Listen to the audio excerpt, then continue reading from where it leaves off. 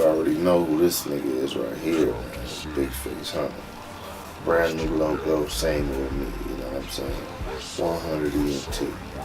Black Wall Street, Brazil Street Records, 100 ENT.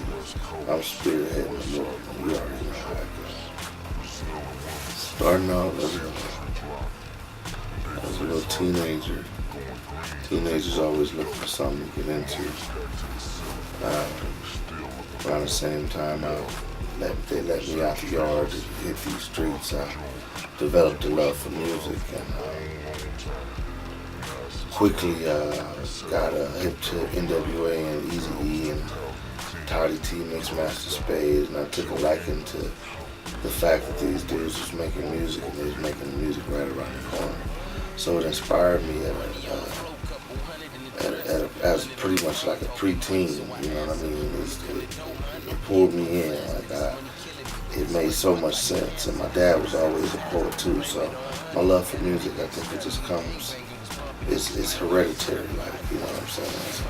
It's like inevitable with me in this music. When I was growing up, my favorites, top of my list was Ice Cube, Scarface, and then later on Tupac, NWA, EPMD. I was a hip-hop connoisseur. I come from a time when you could, and I actually did own every hip-hop album that was out. So, I mean, I was a little bit of, Danny Dang, Slick Rick, the list goes on and on. I didn't have any lines drawn. If it was hip-hop, I was on it. So, had my favorites, like I said. Ice Cube topped the list. Scarface right behind him. Tupac behind that. I could keep going on and on. DOC, I'm a hip-hop baby, so it's a whole lot of them, but that's pretty much my top right there. If I was to pick a certain style of hip-hop that, that moves me the most, of course, it's the street life, it's the reality rap, you know what I'm saying? It's the gangster rap, quote unquote, what they call it. It's just, it's the lifestyle I come up in, so that's what I relate to. And I understand that everybody didn't come from that lifestyle, so if they came from that lifestyle over there, and that's the type of music they make, that's their thing, and this is mine, you know what I'm saying? I'm on that gangster shit, period. 100 ENT, we've been busy around here, you know what I'm saying? We're in a transitional phase. We're batting down the hatches and getting ready for a new year. So with the new year, 100 ENT is looking to bring you, several releases. You got my solo joint. I might drop 2 or 3 solo joints like this year alone. That's kind of the plan. Me and Bosco One got an album together. You'll hear that. That's for a few hundred more. And as a CEO, I'm overseeing Lil BG100, Bosco's solo record, Greedy's album, B.F.L.Y, of course, at the top of this. That's the female queen. You know what I'm saying? Queen of what we're pushing. So, of course, with all B.F.L.Y's records, we getting ready to put out a lot of music this coming new year, and a lot of visuals to go with it, you know what I'm saying? We know what they're feeling. So when it comes to working with artists, honestly, I don't really bar none, you know what I'm saying? I collaborated with some people you probably never heard of, and I got it in with some heavyweights at the same time. One of my favorite features I got on my album is a song I did on my album. That's supposed to be hard for the simple fact that, Tupac rest in peace. I can go get some vocals that, somebody had from Pac a long time ago and just make me a Tupac feature, but, why not? I'd rather have the next best thing. Pac resting in peace, so I got the Outlaws on this shit. A song called Loyalty, you know what I'm saying?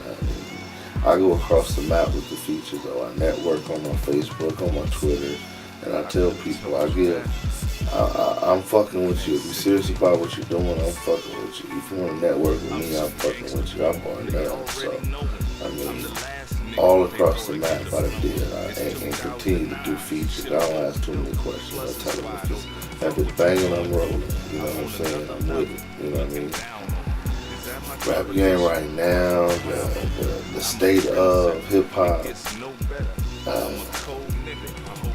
kind of watered down. Industry heavies trying to figure it back out. This information age is taking its toll on us. You know what I mean? They don't really know what to do. They're not signing. They're not spending the money anymore.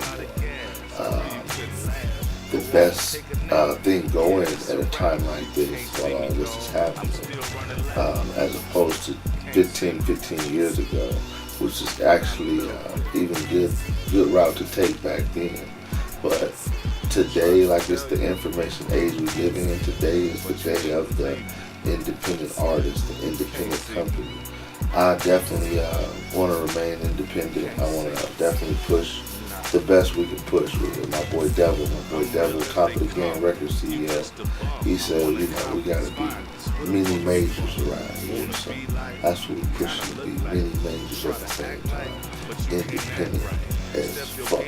You know what I mean? So that's how it's going to stay. We're going to get as much as we can per unit.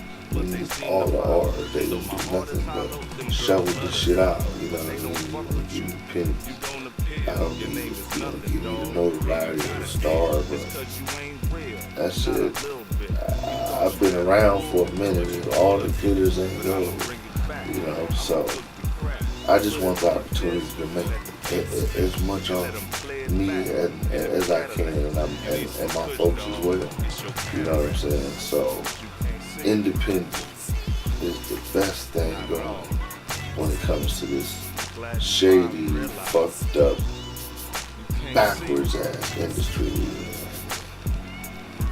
If I was gonna say, if I was gonna point out something or something that was at the top of my list of, you know, don't do's or don't like, disapprove of, you know, one of the first things I would say is the skinny jean thing, but at the same time, I'm thinking to say that I really don't mean that, because it's just a sign of the time. So, you know, I'm from another time when that wasn't the thing to do. I'm not pretty much, I got 2 sons and I'm not buying for them, but I'm not knocking nobody for what they do. So aside from that, bigger than that, the worst thing to me in hip hop basically is the fact that it's been about maybe 15 years and the West Coast is still in a slump of some sorts. So I know the places I've been, I know the opportunities that were put in front of me, but I look around and they're not looking at us like that. So when I think about what's going on and why that is, I could be wrong, but it seems to me that the beef and, you know, all the street shit, all that shit coming into the music industry after the death of Tupac and Biggie, and the root of that being gang association and some more shit like that. It's like it's a black eye to them. The whole death of Pac and Big was a big black eye to the game, and they don't want that. They're not looking for that, and anything that looks like that, they don't go the other way. So one of the worst things, because of that, one of the worst things is that I'm one of the only ones that realizes that people still around here beefing, people still around here just, you know what I mean?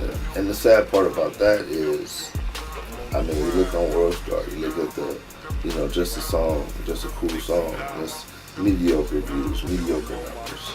And then you got this nigga beating up this nigga, or this girl getting slapped by this dude, or Cash Dex showing people's lines, and some more shit like that. It's like controversy is driving this whole thing, and it's not about good music. It's not.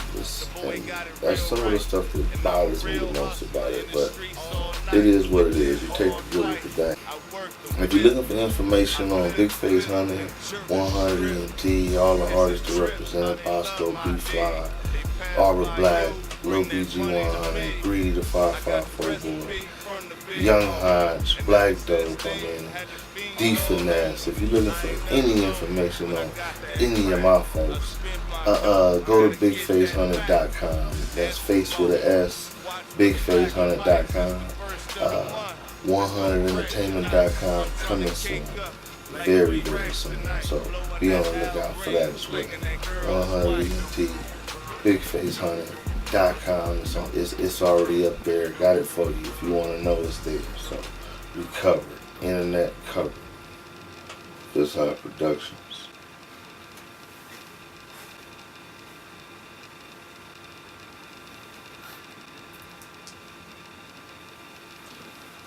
FistHigh Production.